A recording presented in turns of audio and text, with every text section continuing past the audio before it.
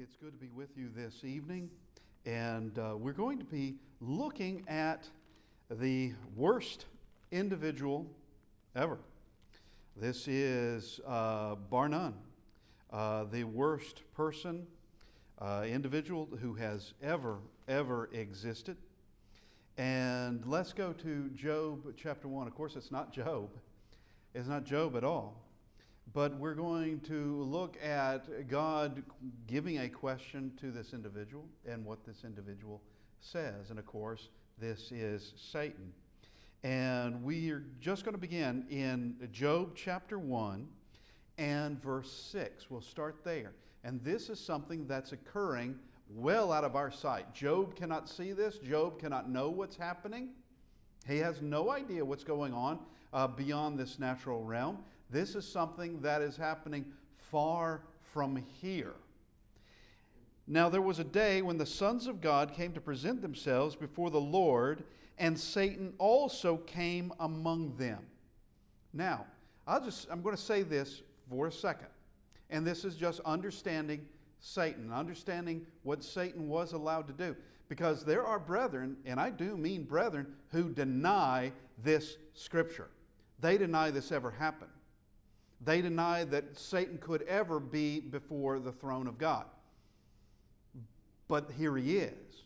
And I do mean they deny. Who is this then? What is the book of Job then? You've turned the book of Job into something very strange. If this is not true, then, or if this is somehow a parable, it can't be a parable. If this is somehow some sort of allegory, well, what's it teaching anyway? It would be teaching that Satan can be before the throne of God, because what else would it mean? But this is truly what occurred, that Satan was allowed before the throne of God, and he too is presenting himself. And the question would be, well, why is he doing it? I don't know. He's Satan. I don't know why he's doing it. I doubt that it's out of obedience to God. I have no idea. Maybe he's recruiting. Who knows what Satan is doing? But Satan gives an answer to God in this, because the Lord said to Satan, verse 7, "From where do you come?" So Satan answered the Lord and said, "From going to and fro on the earth, and from walking back and forth on it." Well, that's an interesting answer, and no doubt that was the truth. Could Satan lie to God? Well, of course, he could lie to God. I mean, God wouldn't know what the truth was, but Satan can lie to pretty much anybody he wants to, and does. But I do believe Satan is telling the truth at this point. He's telling God the truth of where he's been. Now, if we think for a second concerning Satan, Satan is allowed basically to go wherever he wants. He's allowed to do whatever it is that he is going to do. I mean, with limits, obviously, as you will see in the book of Job. We're not going to go over that because we're not discussing the book of Job so much, just these events that occur here.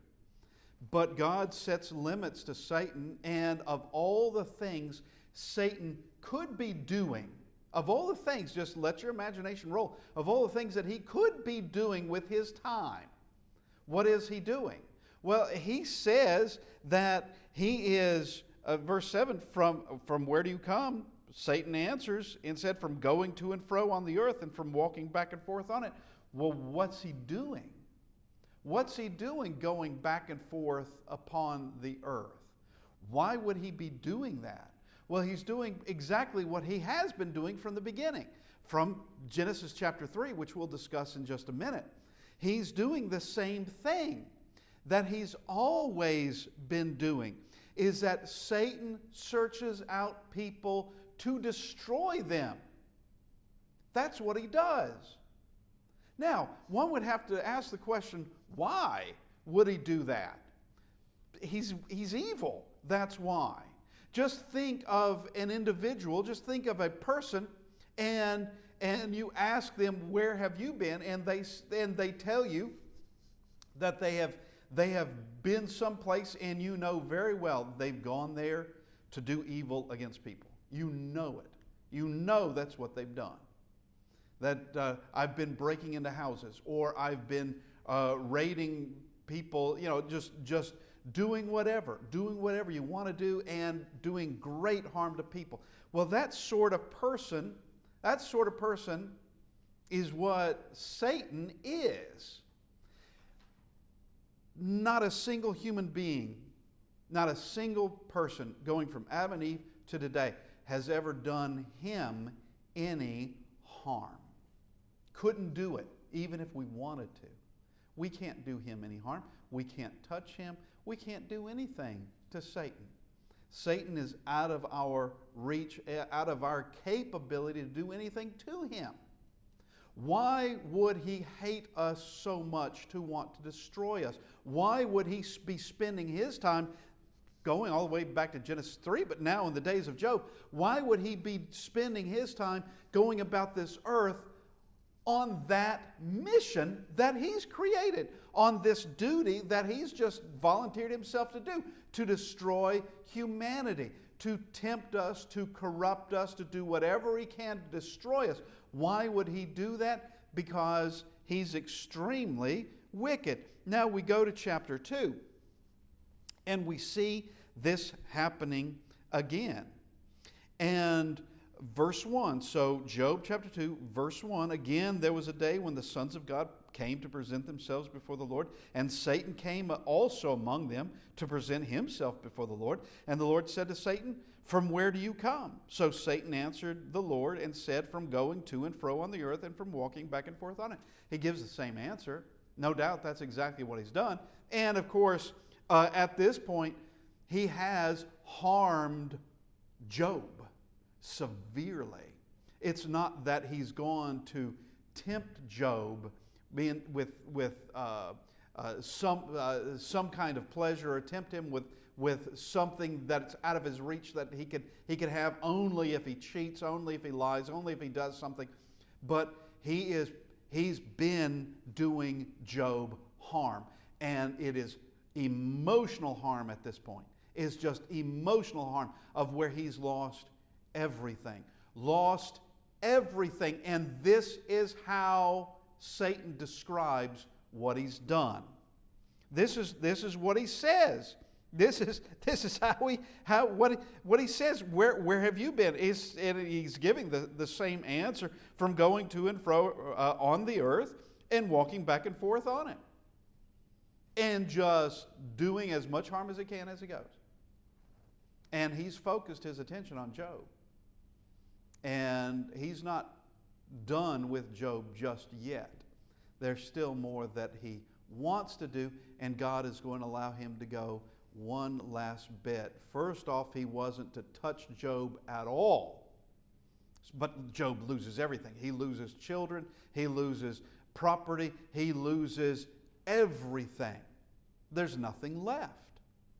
There's nothing left. His wife is still alive. She's going through the same emotional trauma that he is. And Job is going to suffer once more from Satan directly, of where God says, okay, you can touch him, but you're not going to kill him. And Job is being put to the test. And Satan is all too willing to do this. And in his mind, all he's willing to say is, I've just been going around the earth. That's all I've been doing. Now, let's go for a second to the book of Hebrews. Hebrews chapter 12. Now, I realize that our Wednesday class just finished there, but there's something that we want to look at in Hebrews chapter 12 and in verse 1, which is something that we have discussed here most recently, but we want to discuss again. Hebrews 12 verse 1, therefore we also, since we are surrounded by so great a cloud of witnesses, look at this, let us lay aside every weight and the sin which so easily ensnares us. The sin that so easily ensnares us. And you think that Satan doesn't know this? He does. He knows how easily we are caught. He knows how easily we can be distracted and lured. He knows exactly this. And let us run with endurance the race that is set before us. So, if Satan goes about and has been going about the earth, if he has been doing that, and his objective is to destroy our lives, and if we can be so easily ensnared, this is something we need to pay close attention to and be aware of and be extremely careful of, and never think of Satan in just comical terms per se. Let's go to 1 Peter chapter 5. 1 Peter 5 and verse 6. And here we have just different words. These are not words that Satan would necessarily have approved of, but this is what the Holy Spirit says about him. Be sober, this is to us, be sober, be vigilant, because your adversary, the devil, walks about like a roaring lion, seeking whom he may devour. Now we're going to see in just a second from Genesis chapter 3 that he doesn't want that kind of public relations. He wants to be seen as a friend, as a liberator, not there to seek whom he may devour, but befriend whomever he may find, befriend them, and to take them away from the bonds and the unfairness of God. We see that from Genesis chapter 3. That's the way he presents himself. But here we have God's assessment of what he is and comparing him to a lion. He's looking for prey. And when he says he's going to and fro upon the earth, when he says he's walking back and forth on it, this is what he was doing. He was looking for prey. And he is a predator. And he has elected himself to do such. What hatred must there be from him? And let me just say this for a second. And there are people that believe, Satanists, who believe they serve Satan. Okay, congratulations, you are. All right, if you think that you are serving Satan, congratulations, you are serving him. Okay.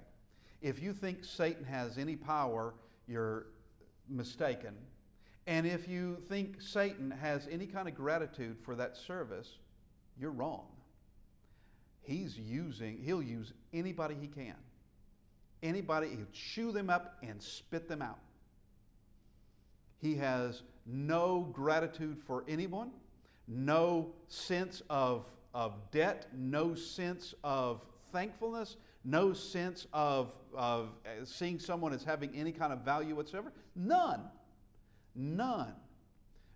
Once again, for the Satanists that happen to want to be Satanists, you are serving him. You're serving him just by the fact that you're willing to do wickedly. Okay.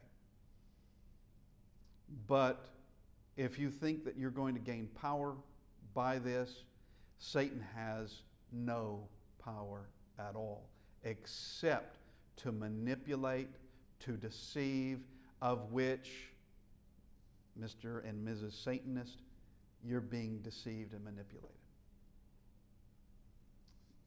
There it is. Now, we come back to this. Satan searches the world to destroy us. What have we done to him? Nothing. Why such, you talk about mean-spirited and hateful and spiteful? He is. He's going to go down into hell. And he, in spite of it all, wants everyone else there as well. As many as he can haul away. As many as he can get. That's what he wants. And of course, hell, and we've asked this question before, Satan, just how bad is he if hell itself was created for him? Hell was created for him. How bad must he be? There is no depth that he won't go to. There's no stopping point for him. None at all. And Satan, I guess he enjoys what he does, but he also knows he has very little time left. He knows it. And he has known that since the beginning of the church. He knows that from the point at which the Christ did precisely what was promised and what Satan was given by God from Genesis 3:15. Those words, that first prophecy of the Christ, was given directly to Satan. Now, Adam and Eve heard it too, but it was spoken directly to Satan, that Satan is going to fail. And as we have said, he is the biggest loser of all. There's no greater one than him. And if you want to follow a loser into hell designed for him, understand what you're getting into. And there is no getting out. And there is no appreciation from him and no power that he can possibly give anyone. I'm just going to bring this out simply because I remember hearing from two different friends. They did not know each other, but two different friends.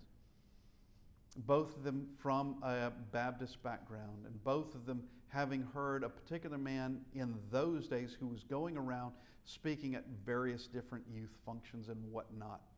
And his claim to fame and why he was so popular, and with both those friends, they spoke about him in awe, is because his testimony, his personal history was he had been a Satanist and so high up as a satanic priest, and then was converted. Okay, he found Christ and he was converted. But what the kids listening to him, they didn't care so much about his conversion. They wanted to hear, what did you do as a satanic priest? And he would begin talking about things that I knew was fiction. I knew it. Now they didn't, but I knew that man is lying. Because he would talk about summoning demons, and he would talk about making, whatever signs on the floor and trap a demon and use a demon to do different things, and knew individuals who had actually stood at the foot of the throne of Satan, and on and on and on and on. All right, the man's lying. That's his claim to fame. He's lying. There is none of that Satan can give you. None of that. While one can say they are a priest of Satan, you're not summoning demons. You cannot use them, and you will never be able to use them to your advantage. And even if you could, you would be playing with something extremely dangerous. Even if you could, but you can't. You can't. Nevertheless, you have people like him, this man who would tour around talking about these things, and he's just lying. And all one has to do is just look in the text, and you can see the power that Satan had at certain times, but there were always limitations. Always. And that there things that Satan wanted to do, and whether he was allowed to do it is a different matter. But all Satan can do is tempt, deceive, manipulate. That's all he can do. That's it. Now, let's go, speaking of deception, let's go to Genesis chapter 3. Genesis 3, we have this Satan who's quick in this. He's quick to deceive. He's quick to try to destroy mankind. Why? Why? And the answer always comes back as he's just extremely evil. Having no love to speak of, no compassion to speak of. He is filthy. He will enjoys taking the innocence of humanity and just destroying it. Taking humanity and corrupting it. Taking humanity and wanting it to go against God. Just enjoying that. But there was a promise, and it was fulfilled in time, of where Satan no longer has that power. Where sin doesn't have that power anymore. That there was a sacrifice. There is a sacrifice to sin. And it's been made by Christ. And now he is a failure. Though he can take down more, and he does, but he's a failure. And his idea, I suppose, was to completely destroy the creation of God and corrupt as many beyond this earth as he could as well among the angelic beings. I don't know what all he's done, but I can tell you from things from the biblical text that there are things that go on that we can't see. There are things that go on. There are powers. There are things that go on beyond our sight. And who knows what his history, complete history, happens to be. Obviously, God does. But we come to him now coming to Eve. Genesis 3, verse 1. Now the serpent was more cunning than any beast of the field, which the Lord God had made, and said to the woman, Has God indeed said, You shall not eat of every tree of the garden? And the woman said to the serpent, We may eat the fruit of the trees of the garden, but the fruit of the tree which is in the midst of the garden, God has said, You shall not eat of it, nor shall you touch it, lest you die. Then the serpent said to the woman, You will not surely die. Complete contradiction of God. He's lying. And what is he saying about God? That God lied to you. That's what he's saying. And the point I want to make in this is he doesn't wait around very long. The sum total of humanity is 2 people. That's the population of the earth. 2 people, Adam and Eve, and he can't even leave them alone. They're as innocent as any human being can possibly be. They have seen, no one has lied to them before. Nobody has. No one has tried to manipulate them before. No one has tried to make them do something bad against the will of God before. Nobody has done that. But he comes in to do it. And because of this, there is death in the world. Because they fell for it. And that's precisely what he wanted. That's precisely what he wanted. A humanity that has been corrupted. That's what he wanted. But what does he also get in this? We come down to verse 15. This is God speaking to him. And I will put enmity between you and the woman, and between your seed and her seed. He shall bruise your head, and you shall bruise his heel.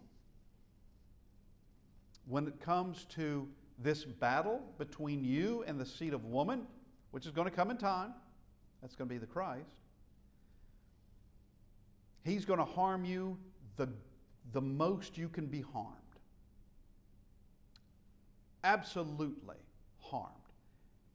That is crush or bruise. This is the New King James, and I think the rendering crush is better in this. Crush your head. Can't get worse than that. And you shall crush his heel. That's the least amount of harm. You will do him harm. Yeah, he's going to die. He's going to be on that cross. He's going to be scourged. He's going to be put on the cross. He's going to die. He's going to be put in a tomb. But he's not there for very long.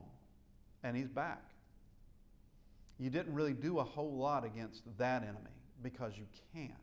And to think that you can, and we'll get to there in just a second, to think that you can is absolute arrogance. Talk about professing to be wise, they became fools. Here is someone who is the absolute epitome of that, thinking himself to be extremely intelligent, no doubt extremely arrogant. He is astonishingly foolish to think that somehow you can defeat God or defeat the plans of God. You can't. You can't do it. And with some folks, and I think Satan is the worst of them all, with some folks, you can't convince them they're wrong. You cannot convince them they're wrong.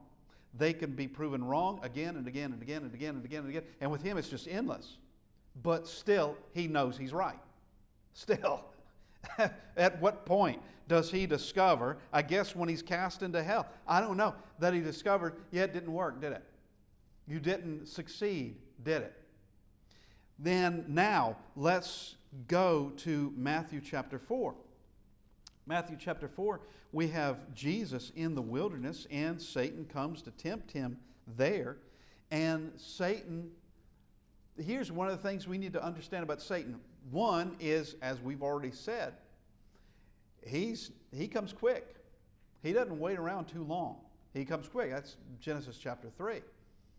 Creation isn't very old before he comes around and starts his whole thing of tempting Eve. But now he comes around when Christ is going to be at his weakest point, or so it would seem that he's at his weakest point, because he's been in the wilderness alone. That is, Satan has. Christ has been in the wilderness alone, and he has been fasting 40 days, 40 nights. And here comes Satan to try to tempt him. And this would seem like, yeah, this would be if you're going to find the weakest point in Jesus' life, looks like this is probably going to be about it. This is probably going to be it. And he comes to the wilderness, Satan does, and verse 3, now when the tempter came to him, he said, if you are the Son of God, command that these stones become bread. Well, Jesus has been fasting. And what's wrong with this? Jesus refuses to do it and cites Deuteronomy chapter 8, verse 3, man shall not live by bread alone, but every word that proceeds from the mouth of God. He doesn't have the right to use miracles for his own personal benefit, for his personal gain, even when it looks like he rightfully could. He can't. Does he have a right to eat? Yes, but not using miracles to do it. Especially when Satan is calling you to do it. Wouldn't take his advice ever. But understand that Christ has to follow the law. He has to follow everything that has been given to him. He can't break anything, and he doesn't. And he's not breakable, as Satan is going to find out. And here in Matthew chapter 4, we see example of someone who is extraordinarily wicked coming against someone who's holy, holy, holy. This self-appointed tempter and adversary against God himself, now in the flesh. And why would he want to, first off, let's ask the question, why would he want to tempt? He knows who's in that body of Jesus of Nazareth. He knows that's the Son of God there. He knows that's God among us. He knows that. Otherwise, he wouldn't be there tempting him like this. Why is he doing this? Because he also wants to destroy God. You destroy Christ, you destroy all the hopes that humanity has, and you destroy the plans of God, and you destroy God at the same time. He can no longer be called holy. You do that, if Satan does that, Satan has absolutely won. But understand, when you think about it, how could you possibly win? I'm talking about Satan. How could Satan possibly win against his own Creator? How could he do it? To think that he could is arrogance. It's just like, we didn't read it, but it's just like in the book of Job, there in chapters 1 and 2, of where he argues with God about why Job is obedient. As though God doesn't know the reason. God knows, he created Job, and he knows the heart of Job. He knows Job better than anyone possible. And yet Satan thinks that he knows. And it's a very cynical view, by the way. But here he's going against Christ, and he's going to fail. But this isn't going to be the only time he does this. He's tempting him again. You have the three temptations that are listed here in the book of Matthew. The next thing, it takes him to the pinnacle of the temple. If you are the Son of God, or rather, since you are the Son of God, cast yourself off, and God's not going to allow you to dash your foot against a stone. And he's going to quote Psalm 91 verses 11 and 12. He's doing that. And Christ counters that with Scripture. Deuteronomy 6:16, it is written again, you shall not tempt the Lord your God. Fails at that, now takes him to view the kingdoms of the world. I'll give you all of this if you fall down and worship me. Christ isn't going to do that. Away with you, Satan, for it is written, you shall worship the Lord your God, and him only shall you serve. And that's it. Satan goes away and to try to, verse 11, then the devil left him, and behold, angels came and ministered to him. But Satan's not through with him yet. He's not through at all. If we go to Matthew chapter 16, all right, let's just bring in another point in all this. Satan comes when we are weak, not only just when we're strong, but at points of weakness. He's going to come. So expect it. Expect that to happen. At times when we are emotionally weak, at times when we may be physically strained or emotionally strained, Satan's going to come into that. He's going to take advantage of that. He's going to do it. That's what he does. Do you think he's going to play fair ever? If he were playing fair, he wouldn't do any of this. He's not playing fair. He has no better judgment. This is what he does, and this is what he wants to do.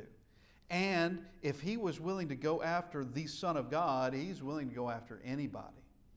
And will also use friends, our own friends, for his own purpose. Let's go to Matthew chapter 16. Matthew 16. And we'll just begin in verse 21. From that time, Jesus began to show to his disciples that he must go to Jerusalem and suffer many things from the elders and chief priests and scribes, and be killed and be raised the third day. Then Peter took him aside and began to rebuke him, saying, far be it from you, Lord, this shall not happen to you. But he turned and said to Peter, get behind me, Satan. You're an offense to me, for you are not mindful of the things of God, but the things of men. He calls him Satan. Do you think that those words that Peter said did not hold some power behind them? And what do I mean by that? Of this shall not happen to you? Well, you think that Christ wanted that specifically to happen?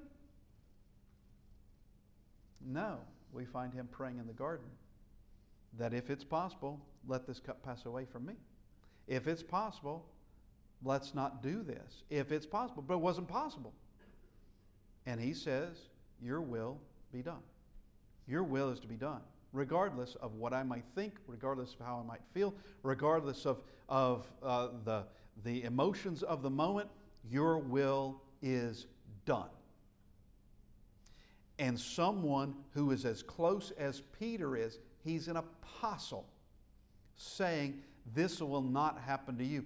That would be a very powerful temptation for it not to happen.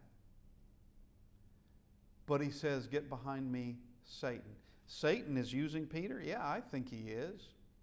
I think he's definitely using Peter. And Peter's not mindful of the things of God, but the things of man.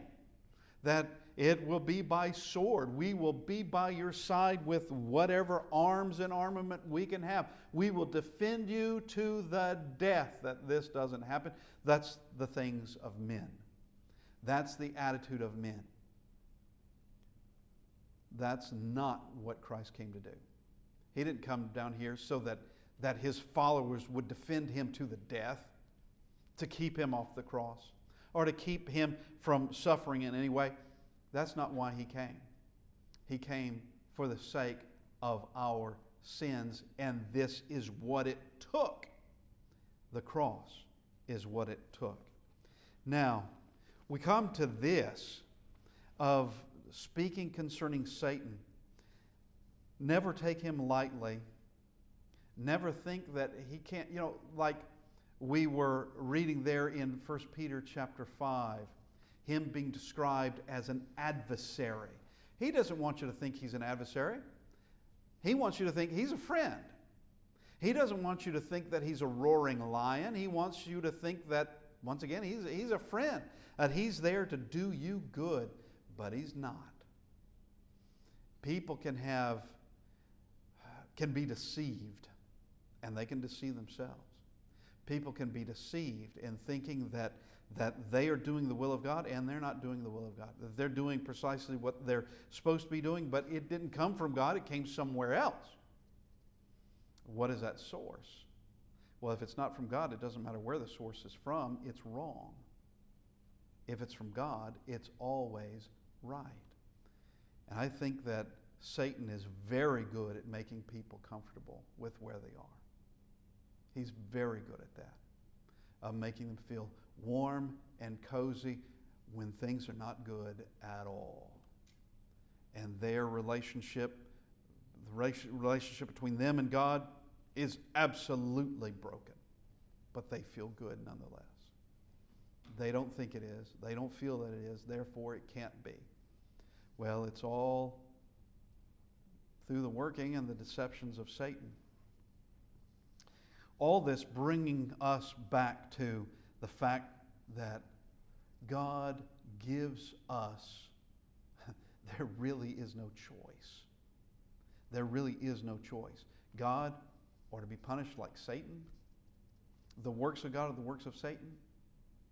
Okay, they're so stark in contrast as to you would be foolish, absolutely foolish, just stumbling about in the dark if you think that somehow Satan is going to give you anything. He won't.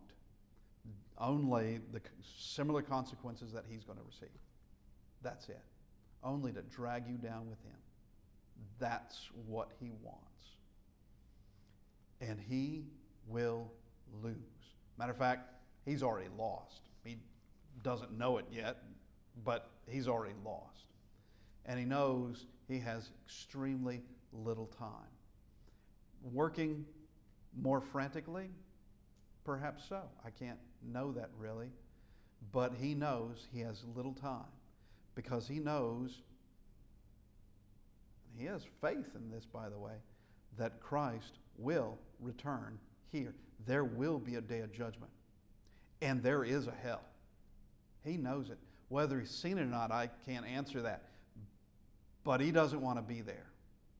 And he is here doing what he's always been doing from the beginning. And we need to guard ourselves from him. If we resist him, he will flee from us. It doesn't take much, really, just resistance. It doesn't take much except what God has given us, which is very adequate. And that is the whole armor of God, handed to us. We don't have to work at it. It's handed to us. Now we just take it. That's what we do. This evening, we need to look at our own lives and give a real assessment of where we are. And whatever correction needs to be made, let's make it. And whatever we need to set aside or just toss away, let's do that.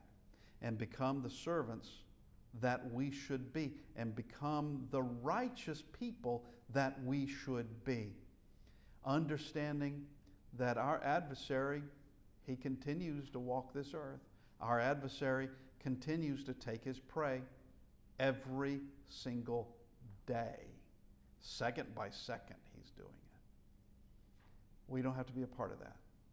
Christ has given us, he has given us a way of escape. Let's take that escape. We ask this evening, if you need to respond to the invitation, that you come as we stand and sing.